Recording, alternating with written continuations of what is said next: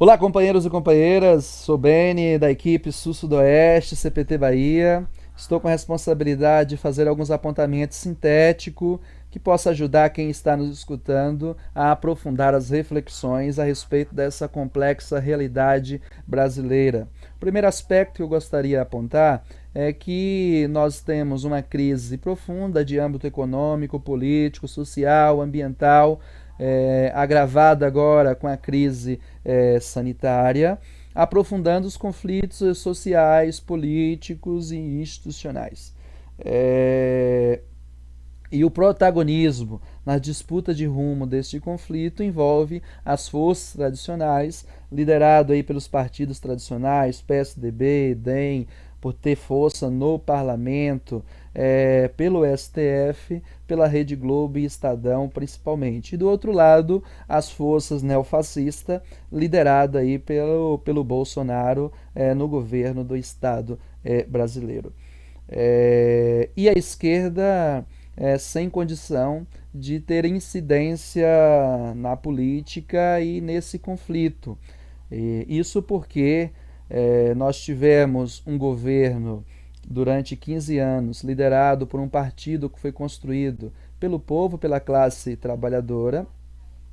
mas esse governo ele não construiu um processo de educação política e de organização popular. Isso porque a frente política ampla que viabilizou a vitória e a garantia do governo nesse período fez com que o Partido dos Trabalhadores colocasse a classe trabalhadora subordinada a esses grandes proprietários capitalista brasileiro, a exemplo de setores da construção civil, setores da construção naval, setores do agronegócio, e desenvolvendo por parte do governo uma política que não adotasse o conflito, mas sim uma política de conciliação de classe. Isso fez com que nós tivemos uma política que melhorou a vida da classe trabalhadora na medida em que milhões tiveram acesso à geladeira, ao celular, à televisão, mas esses milhões de trabalhadores e trabalhadoras fosse negado a terra, o saneamento básico, entre outros. E isso fez com que esse povo, ainda que foi beneficiado, não teve um projeto político que organizasse e elevasse a sua consciência política, sua consciência crítica. E isso fez com que, por exemplo, ainda que esses trabalhadores estavam sendo beneficiados por essa política deste governo, ele não se colocou para defender na medida em que a classe dominante, quando uma parte dela rompe com a frente política ampla neodesenvolvimentista liderada pelo PT, e associado ao capital internacional, conduz o golpe de Estado em 2016. Destacamos que esse golpe em 2016 tem como objetivo rearticular estrategicamente a política e a economia brasileira subordinada aos interesses dos Estados Unidos, em especial os interesses do grande capital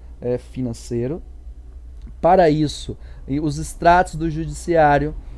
foi instrumentalizado a partir das redes de inteligência norte-americana, conduzindo a essa operação da Lava Jato, associado à mídia brasileira conservadora,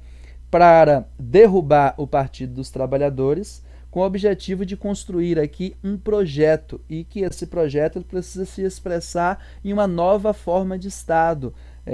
que garanta que a legitimação desse projeto aí ultra neoliberal, e que encontra nesse sentido a necessidade de construir uma base autoritária. Por isso que a Operação Lava Jato, para atacar o PT, vai destruindo as bases constitucionais e as bases democráticas. No entanto, para conseguir êxito, a própria Lava Jato precisa atacar a corrupção. Para atacar a corrupção, para associar ela à esquerda, ela precisa atacar o sistema político brasileiro, herança da ditadura militar, e, nesse sentido, ataca os partidos tradicionais que estão dentro desse sistema político. Sendo o grande erro do Partido dos Trabalhadores não ter realizado uma constituinte que pudesse conduzir uma reforma desse sistema político. Mas, em síntese, o ataque ao sistema político leva à derrota do Partido dos Trabalhadores, estratégica, com a sua retirada do poder de Estado do Executivo, e logo em seguida a derrota nas eleições de 2018, mas essa ofensiva conduziu também um desgaste, né, uma desidratação dessas forças tradicionais, fazendo com que a classe dominante em 2018, para vencer as eleições, legitimar esse projeto ultraliberal nas urnas, se apoiasse em Bolsonaro, que é resultado de um setor da classe média alta que passou a ter incidência na política brasileira, né, principalmente nas mobilizações de massa, quando é atraída em especial por esse discurso de ódio e pela sua ideologia conservadora, sua ideologia racista,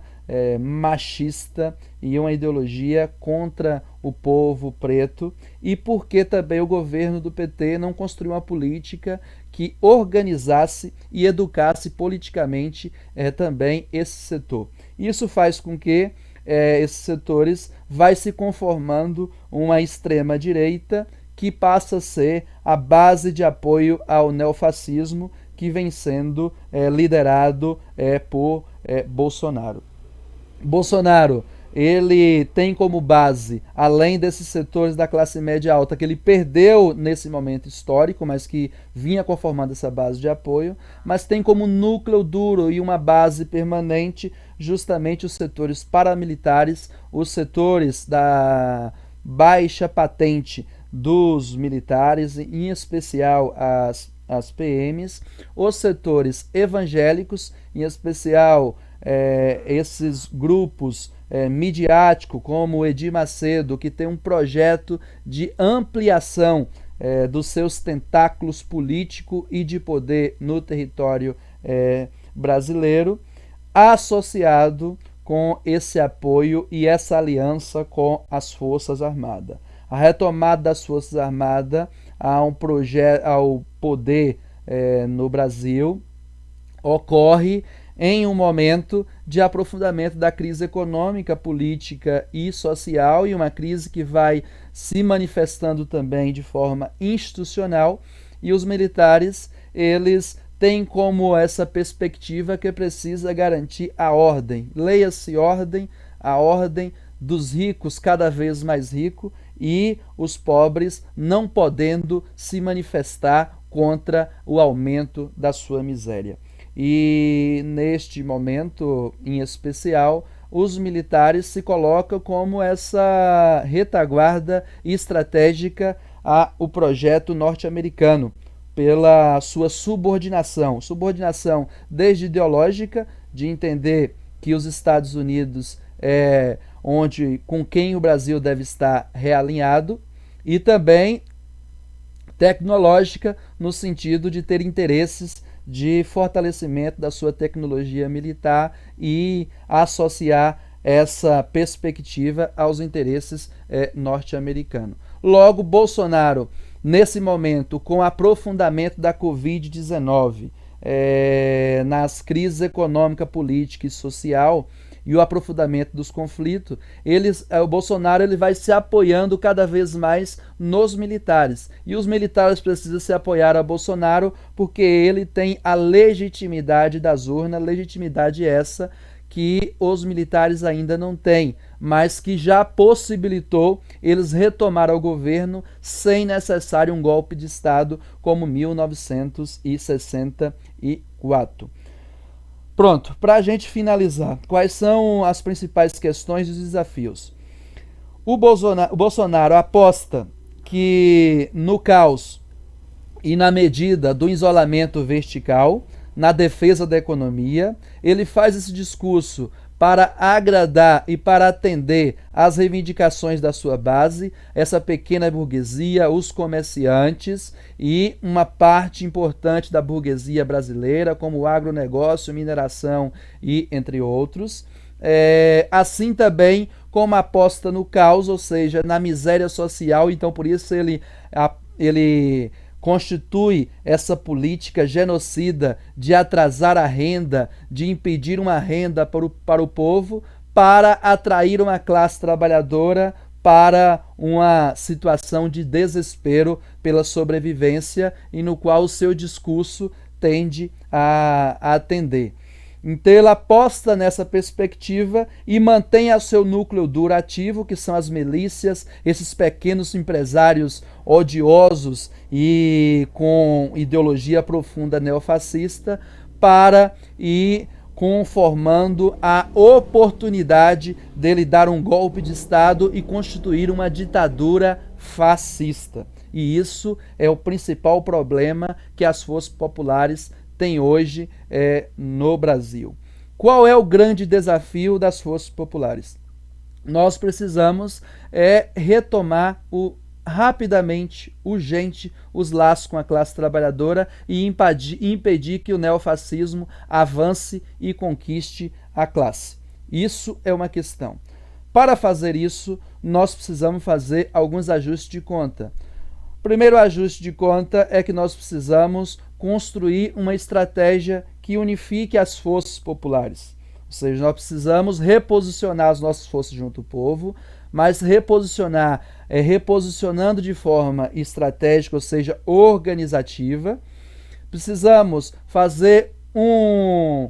acerto de conta ideológico e também estratégico no sentido de fazer um acerto de conta com a questão racial, com o feminismo e com a questão ambiental e fortalecer um projeto revolucionário que tem como perspectiva garantir as condições da maioria do nosso povo na sua diversidade religiosidade, na sua diversidade religiosa, na sua diversidade étnica, na sua diversidade espiritual, na sua diversidade afetiva, enquanto classe consiga construir um projeto que garanta a liberdade, que garanta a solidariedade e que garanta a vida do nosso povo e impeça o avanço do neofascismo. Fora Bolsonaro e seu governo autoritário e militar, e vamos resistir e vamos construir um mundo novo.